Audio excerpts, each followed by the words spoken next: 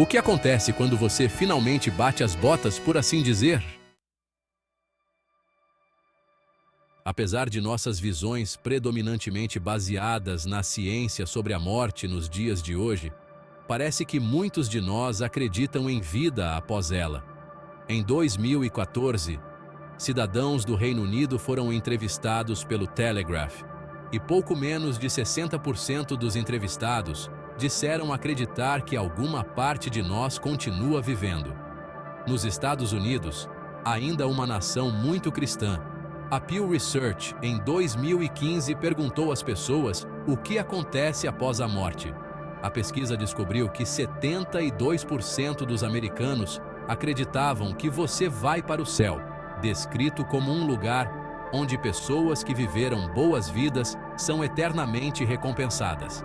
54% dos adultos americanos responderam que acreditavam no inferno, descrito como um lugar onde pessoas que viveram vidas ruins e morrem sem se arrepender são eternamente punidas. O que acontece quando você morre? Não se esqueça de se inscrever e clicar no botão de notificação para fazer parte do nosso squad de notificações. Parece que muitas pessoas realmente acreditam que, após a morte, podemos ser acolhidos em algum paraíso cheio de nuvens ou, inversamente, se não aderirmos à ética prescrita pela religião ou denominação que escolhemos, podemos nos deparar com fogo eterno e a perspectiva de implorar para um homem barbudo e vermelho que raramente larga seu tridente. Mas vamos começar com algum realismo empírico. E o que realmente acontece com o corpo quando morremos? Os médicos sabem que você está morto porque o coração para de bater e não há mais atividade elétrica em seu cérebro. Morte cerebral equivale à morte. Embora as máquinas possam manter você vivo por um pouco mais de tempo, você também pode ter o que é chamado de morte cardíaca, que significa que o coração para de bater e o sangue não circula mais pelo seu corpo. A coisa estranha, até maravilhosa, é que pessoas que sofreram morte cardíaca, mas foram trazidas de volta à vida, disseram que estavam cientes do que estava acontecendo ao seu redor. Outros falaram sobre caminhar em direção a uma luz em uma experiência de quase morte.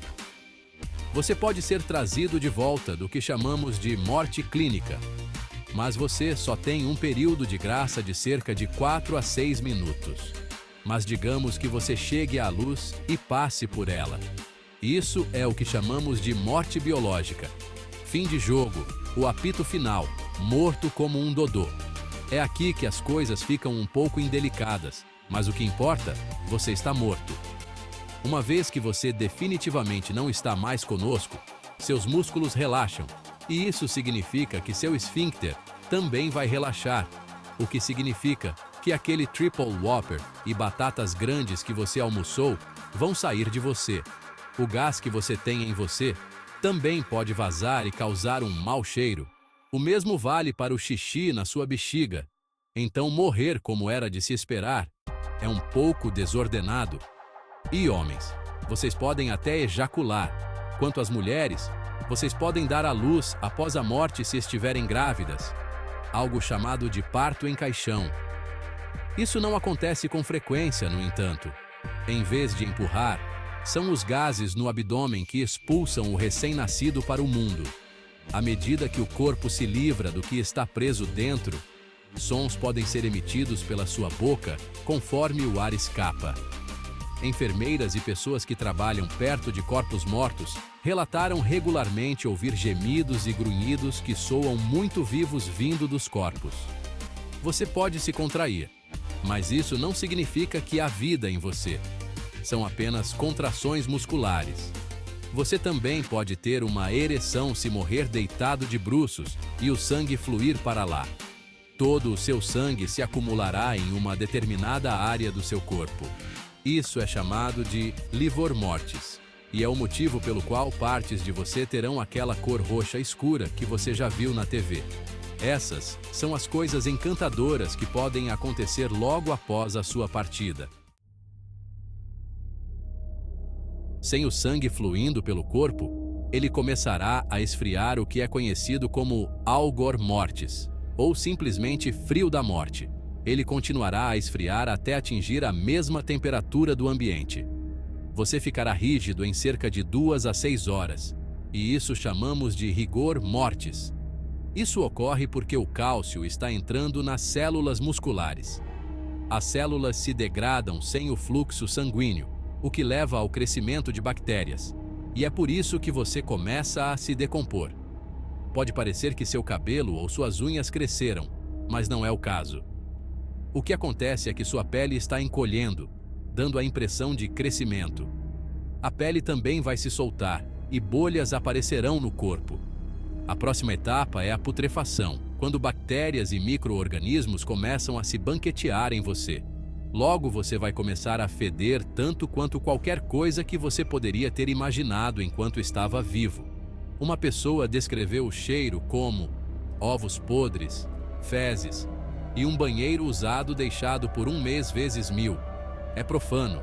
Logo, tudo o que é macio se liquefaz, restando apenas coisas como ossos, cartilagem e cabelo que permanecem fortes.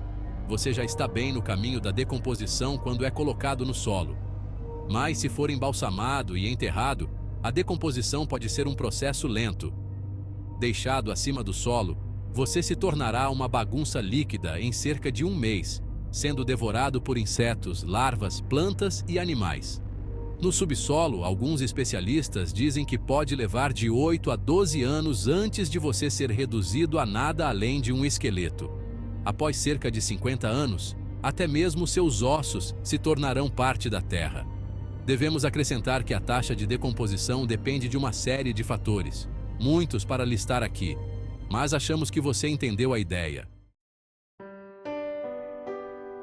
Embora algumas pessoas relatem que sua experiência de quase morte foi uma cena para se admirar, isso nem sempre é o caso. Uma pessoa escrevendo no Reddit disse que sua experiência foi a seguinte: era apenas escuridão vazia, sem pensamentos, sem consciência, nada. O filósofo francês René Descartes acreditava que a alma era separada do corpo, como muitas religiões afirmam, e talvez, quando morremos, algo persista.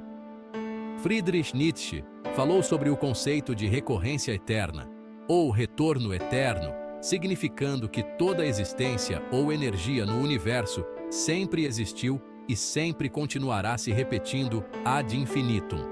Você vive a mesma vida, repetidamente, para sempre.